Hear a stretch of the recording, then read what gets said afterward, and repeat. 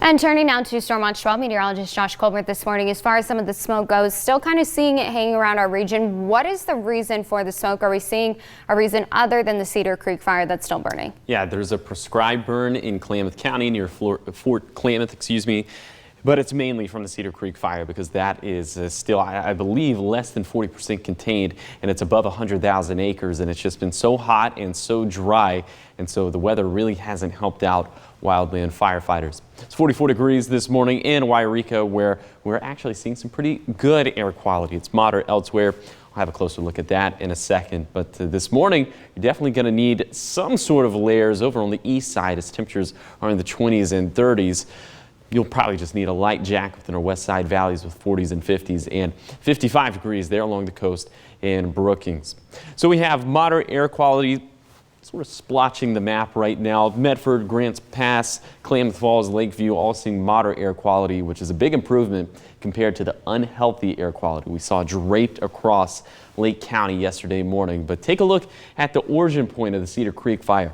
Still air quality that is very unhealthy to hazardous. So that lets us know that there's still more growth, that this fire is still very active. So as long as there's a northerly component to the winds, we're going to have some sort of smoke or haze in southern Oregon and northern California until this fire is finally kaput.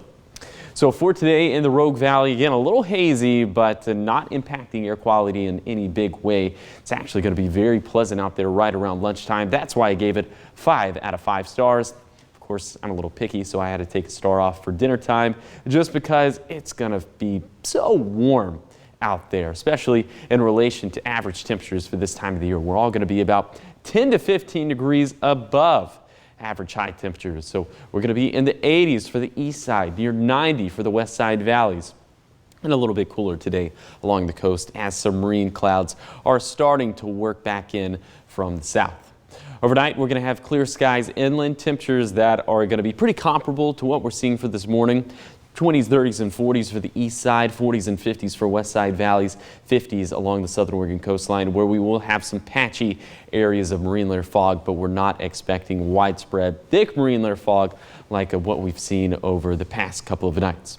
Here's your hiking forecast for the west side valleys over the next few days. A very consistent forecast because that's been our weather pattern. Very consistent, very hot, and very dry. So that checks all those boxes over the next few days. And unfortunately, it does look like we're going to continue to be above average as we head into the weekend and even into next week. We do get a little brief cool down into Monday, but still we're going to be about 5 degrees above average for this time of the year. So here's your 7-day forecast for the coast. We will see temperatures staying pretty consistent up until the weekend. That's where we're going to see a drop off, a few more clouds for Sunday going into Monday. Can't rule out a stray shower for Sunday and Sunday night, but that chance is looking like it's less than 10%.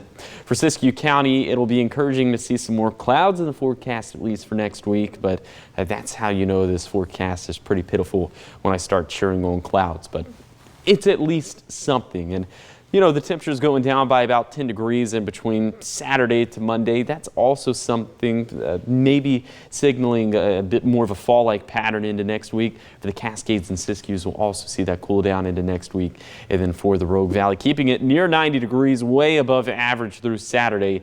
And then we'll gradually cool off into the upper 70s to around 80 degrees for Monday and Tuesday. Okay, but looking at next week, still above average where we should be this time of the year.